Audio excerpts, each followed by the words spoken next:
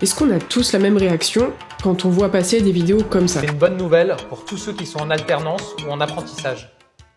On se demande pourquoi les politiques ont besoin de se mettre en scène sur les réseaux sociaux. On pourrait simplement se dire que c'est ridicule et que de toute façon leurs vidéos n'ont aucun impact. Je sais pas comment vous dire, c'est systématiquement débile, mais c'est toujours inattendu. Certes, il y a un petit côté amateur dans ces vidéos-là, mais est-ce que vous pensez vraiment que les politiques iraient se mettre en scène sur les réseaux de manière ridicule si ça leur rapportait pas un petit quelque chose? Ces vidéos, elles ont en réalité un impact, et elles sont en train de modifier profondément la façon dont on choisit nos dirigeants, sans même qu'on s'en rende compte. Je vous l'accorde, ça paraît un petit peu fataliste, mais il y a clairement des solutions pour éviter de tomber dans ces pièges. Et une des solutions, c'est de comprendre comment ça fonctionne. Why don't you explain this to me like I am an 8-year-old? Donc l'idée ici, c'est de vous montrer quelques exemples. Moi, en tant que monteuse vidéo, je connais un petit peu ces petits tips qui vont servir à rendre une vidéo accrocheuse, et vous gardez sur la vidéo. Avec moi, Airbnb, c'est fini. Les immeubles exclusivement réservés à des meublés touristiques, c'est... Et on commence avec le TikTok de Gabriel Attal. Juste pour faire un petit rappel, Gabriel Attal, c'est l'ancien Premier ministre d'Emmanuel Macron. Et actuellement, il est secrétaire général du parti Nouvelle République, anciennement Renaissance, anciennement En Marche. Le nom devait suivre un projet. Bref, c'est toujours le parti macroniste, et vous savez bien, quand le produit est abîmé, ben on change l'étiquette.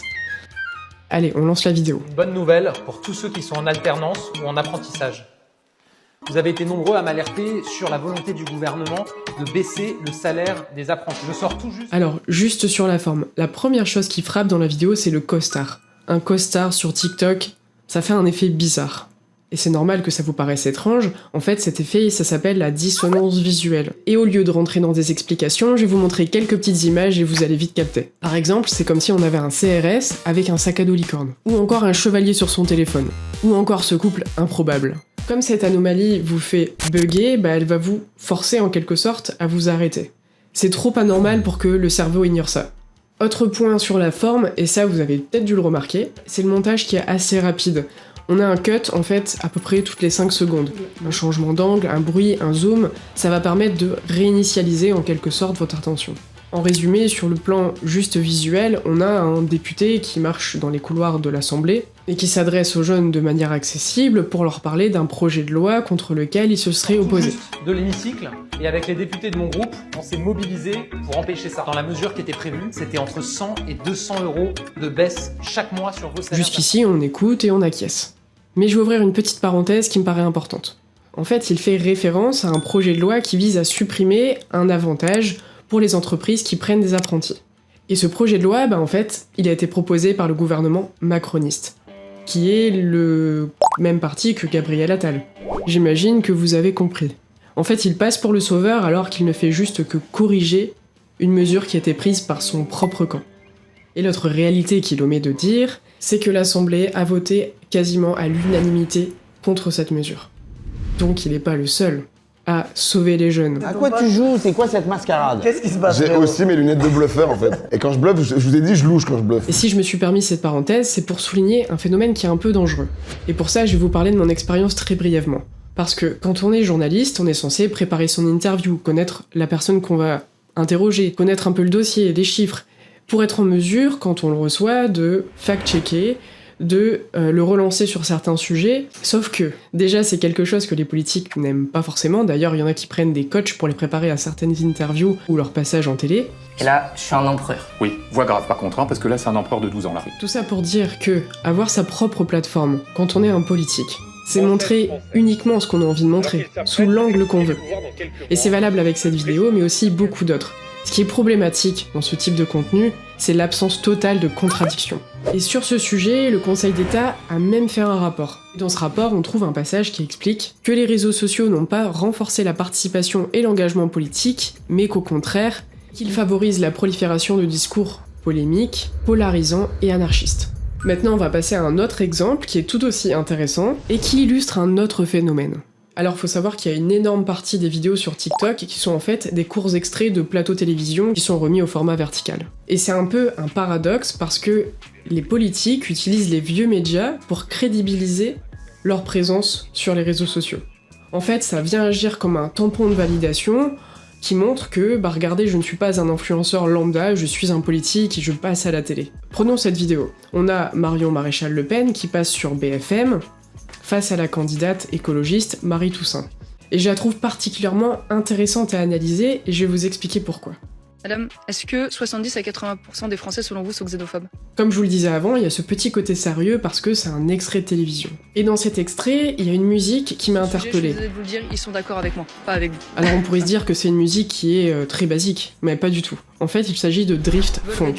Mais il n'y a, madame, sur ce sujet, je suis désolée de vous le dire, ils sont d'accord avec moi, pas avec vous. C'est pas un choix anodin parce qu'en fait sur TikTok, c'est un peu, je vais exagérer, la bande-son de l'extrême droite. Et accessoirement de la virilité en ligne.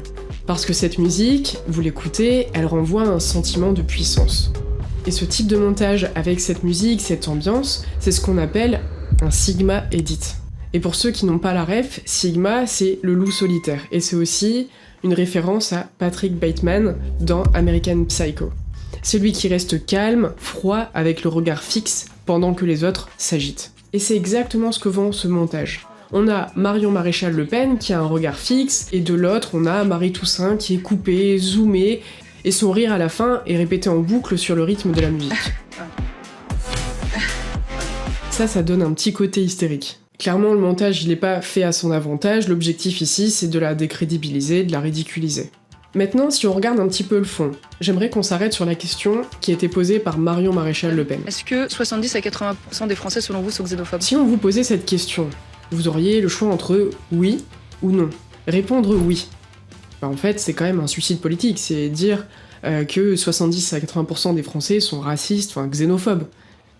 C'est pas ouf de répondre ça. Vous avez assez de cette bande de racailles. On va vous en débarrasser. La France n'est pas raciste. Ça paraît être la réponse la plus... Logical. Et ben en fait, en répondant non, elle est tombée dans un piège.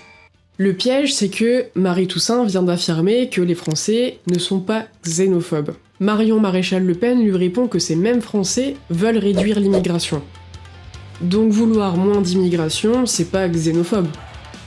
C'est une demande des Français. C'est dommage parce que 70 à 80% d'entre eux veulent réduire l'immigration. Mais il n'y a, madame, sur ce sujet, je suis désolée de vous le dire, ils sont d'accord. De cette manière, elle l'a forcé à admettre que les Français étaient d'accord avec le programme de Marion Maréchal Le Pen et qu'ils ne sont pas xénophobes. Veulent réduire l'immigration. Mais il n'y a, madame, sur ce sujet, je suis désolée de vous le dire, ils sont d'accord avec moi, pas avec vous. Et l'affaire est pliée. Et en face, Marie Toussaint, sait pas quoi répondre. En même temps que répondre à ça.